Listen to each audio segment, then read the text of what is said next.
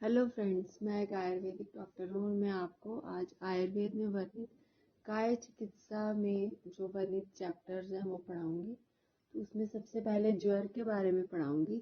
ज्वर में जो महत्व है उसका, ज्वर का विवेचन, बेसिकली शुरुआत जो है उसकी वो आज मैं आपसे करूँगी। आज आपके साथ थोड़ा बहुत डिस्कस करूँगी उसके बारे में।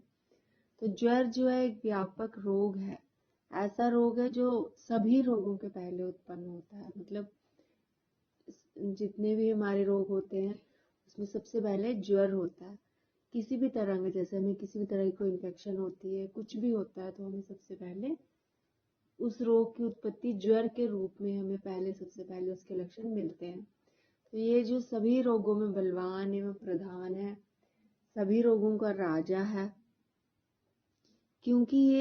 क्यों ये सबसे सभी रोगों का राजा है? क्योंकि सबसे पहले अगर कोई भी तरह का आदमी को रोग होता है तो उसमें ज्वर के रूप में सबसे पहले वो हमें उसके लक्षण मिलते हैं। और इसी के साथ साथ में जैसे ही व्यक्ति की मृत्यु होती है, उसका जन्म होता है, उस समय भी व्यक्ति में टेम्परेचर थोड़ा सा बढ़ा रहता है। इस कारण हम मान सकते हैं कि हर तरह के रोग में, हर थोड़ी थोड़ी हमारे कोई भी हमें प्रॉब्लम हो तो उसमें ज्वर के रूप में सबसे पहले हमें उसके लक्षण मिलते हैं। तो ज्वर को इसलिए हम सभी रोगों से बलवान मान सकते हैं। और ये हमारे क्या करता है, जो हमारी इंद्रियां होती हैं उनके विषयों को, उनको ग्रहण करने में असमर्थ बना देता है। तो इसका मेन जो लक्षण होता है, देह एवं मन को संतप्त करना है इसका विशिष्ट लक्षण। देह एवं मन को संतप्त का मतलब होता है कि हमारा टेम्परेचर जो है वो बढ़ जाता है।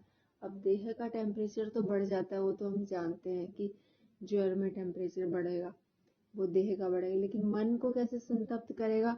वो हुआ कि हमें मन बेचैन रहेगा, हमारा किसी भी चीज में हमारा मन नहीं लगेगा, हमें ऐसे लगेगा कि हम कुछ खाने पीने का मन नहीं करेगा, हमारा जो सोचने समझने की शक्ति जो है वो थोड़ी कम हो जाएगी, किसी चीज में हमें खुशी नहीं मिलेगी, किसी चीज का हमें गुस्सा नहीं आएगा, गम नहीं होगा, थकावट रहेगी। मतलब हमारा शरीर जो होगा ऐसे रहेगा कि बस निडाल सा हम लेट जाते हैं। हर तरह से हम किसी भी चीज को नहीं करने में असमर्थ रहते हैं। जैसे कि आप ये देख रहे हैं इस पिक्चर में, एक लड़की है वो लेटी हुई है और उसने थर्मोमीटर लगाया है, तो इसका टेम्परेचर बढ़ा हुआ है। और ये जो थर्मोमीटर होता है ये टेम्परेचर को मेजर करने का एक इंस्ट्रूमेंट होता है, तो इसे हम थर्मोमीटर कहते हैं। तो चरक, हमारे आयुर्वेद में चरक जी हैं जो काय चिकित्सा के मेन चिकित्सक माने गए हैं, सबसे पुराने और सबसे बड़े चिकित्सक। इन्हीं के अनुसार, इनके जो जो जो हमारे आयुर्वेद में बताया गया उसको अभी तक उन चीजों को मान्यता प्राप्त है। चरक जी के अनुसार ज्वर एक ऐसा रोग है जिसमें जिसका लक्षण मेन है संताप उत्पन्न करना। जिसमें संताप होगा तभी उसको हम ज्वर मानेंगे। लेकिन इसी के साथ सुश्रुत जी हैं, वो सर्जरी के में बेसिकली हमारे आचार्य हैं, लेकिन उन्होंने भी ज्वर के बारे में कुछ लक्षण बताए हैं। उन्होंने 3 लक्षण इकट्ठे बताए कि अगर ये तीनों लक्षण एक साथ हमारे शरीर में होते हैं तभी ज्वर रहता है। जैसे श्वेत का अवरोध हो जाता है, जिसको भी ज्वर होगा उसको पसीना आना बंद हो जाएगा, संताप होगा और सारे शरीर में उसको पीड़ा होगी, ऐसे लगेगा कि इसको सारा शरीर टूट रहा है, उसको पेन्स रहेंगी। तीनों लक्षण जब इकट्ठे होंगे उसको हम ज्वर मानेंगे।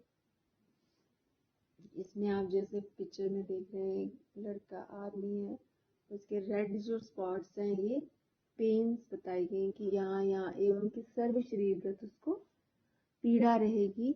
तो ये ज्वर के लक्षण बताए गए हैं।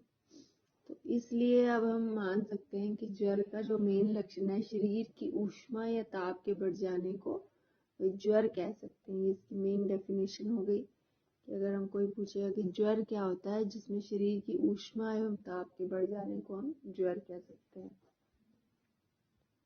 तो जैसे इस थर्मोमीटर बताया गया है, टेम्परेचर बढ़ जाता है, जैसे जैसे बढ़ेगा ज्वर का वेग जो है वो बढ़ेगा, हमारा टेम्परेचर जो है हमारे शरीर में बढ़ा होगा।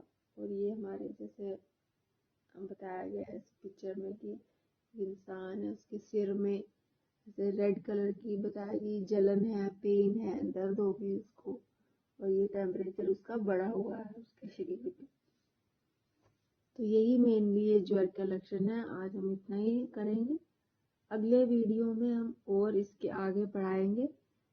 धन्यवाद दोस्तों।